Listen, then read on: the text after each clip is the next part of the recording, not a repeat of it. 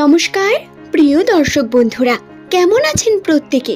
আশা করছি ঈশ্বরের কৃপায় প্রত্যেকে আপনারা সুস্থ আছেন, ভালো আছেন। বন্ধু, আজকের ভিডিওতে আমরা আলোচনা করব নামের প্রথম লেটার যাদের এস দিয়ে শুরু। 2026 সালের বছরের চতুর্থ মাস পয়লা, অর্থাৎ এপ্রিল মাসের পয়লা কি রকম যেতে চলেছে, 1 তারিখের বিশেষ ভাগ্যফল সম্পর্কে জানাবো। কিন্তু কেবল 1 তারিখ নিয়েই আলোচনা করব না, বরং এপ্রিল মাসের সম্পূর্ণ ভাগ্যফলের বিশেষ কিছু তথ্য আপনাদের কাছে তুলে ধরব। এই ভিডিওটি প্রত্যেক আমার এস নামের জাতক এবং জাতিকা বন্ধুদের জন্য অত্যন্ত গুরুত্বপূর্ণ, যারা ফাইন্যান্সিয়াল স্টেবিলিটি চাইছেন আর্থিক উন্নতি ঘটাতে চেষ্টা করে চলেছেন প্রতিনিয়ত, বা কোনো না কোনোভাবে বিফল হচ্ছেন, তাদের প্রত্যেকের জন্য এই ভিডিও নতুন কিছু নিয়ে এসেছে। বন্ধু, তার সঙ্গে বলি, এই ভিডিওতে সম্পর্ককে নিয়েও বিভিন্ন বিষয় আমি আপনাদের বিস্তারে আলোচনা করে দেব। তবে আসুন আর দেরি না করে আমরা ভিডিওর মূল পর্বে প্রবেশ করি। তো প্রধানত এস হলো ইংরেজি বর্ণমালার 19তম লেটার, যার সংখ্যাতত্ত্বের মান 1। এই 1 নাম্বারটি কিন্তু অনেক বেশি গুরুত্বপূর্ণ। একটা বিষয় খেয়াল করে দেখুন, এই যে 1 নাম্বারটি কীরকম যুক্ত, 2026 এটাকে যোগ করলেও আপনি 1 পাবেন। এস নামের মানুষদের সংখ্যাতত্ত্বের মানও 1। আবার আমরা এপ্রিলের 1 তারিখের কথাই মেনলি বলছি। এর মধ্যে বিশেষ সংযোগ রয়েছে এবং এই 1 নাম্বারটি সূর্যের সঙ্গে যুক্ত, তাই এই দিনের যে ঔজ্জ্বলতা সেটা আপনারা দেখতে পাবেন। বন্ধু, কিভাবে কি করে সেই নিয়ে আলোচনা করা যাক। প্রথমেই বলি আর্থিক বিষয়কে নিয়ে কিছু কথা।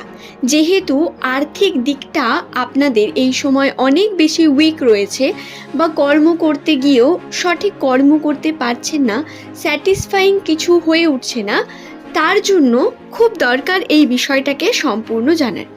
নিউমারোলজি বা রাশি অনুসারে এস নামের মানুষদের বর্তমান সময় স্ট্রাগলিং পিরিয়ড অনেক বেশি। এই সময় স্ট্রাগল করতে হবে, তবে এই সময়ের পর গিয়ে আপনারা পজিটিভিটি পাবেন।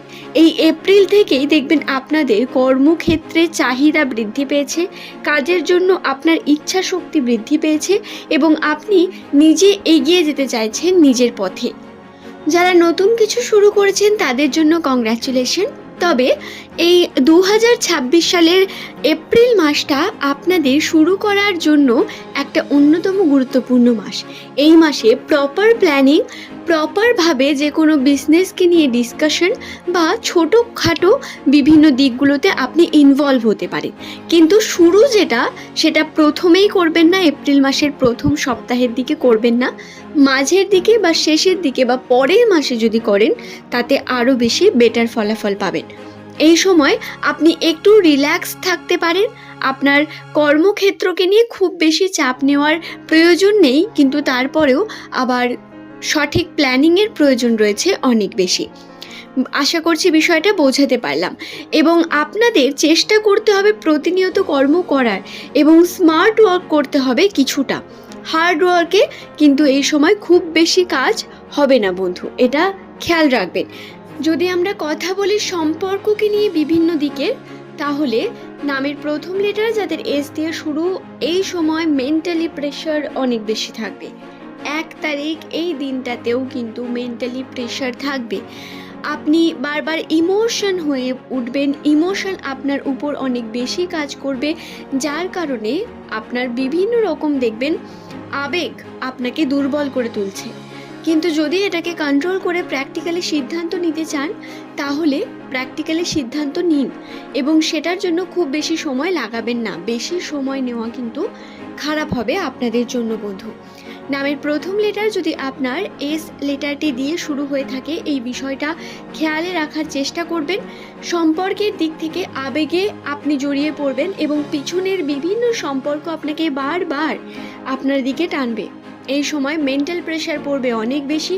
আপনার পার্টনারের সঙ্গে আপনার আন্ডারস্ট্যান্ডিং থাকবে না তা নয়, পার্টনারের সঙ্গে আন্ডারস্ট্যান্ডিং থাকলেও আপনি অন্য কোনো সম্পর্ককে নিয়ে চিন্তিত হয়ে উঠবেন। সেটা আপনার প্রতিবেশীকে নিয়েও হতে পারে বা আপনার পুরনো সম্পর্ককে নিয়েও হতে পারে, কিন্তু একটা আবেগ কাজ করবে যেটাকে কন্ট্রোলে রাখা অত্যন্ত প্রয়োজন হয়ে উঠবে এই সময়। এপ্রিল মাসের প্রথম সপ্তাহে আপনার সময় একটু কঠোর যাবে, পরিস্থিতি চাপের মধ্যে থাকবে, মনকে সামলানো একটু দুষ্কর হবে, কিন্তু তারপরে গিয়ে যদি সিদ্ধান্ত সঠিক নেন তাহলে দেখবেন সব কিছু পজিটিভিটির মধ্য দিয়ে এগিয়ে যাচ্ছে এবং আবেগ একটু হলেও কমে গিয়ে আপনি ফোকাসড হবেন একটু বেশি।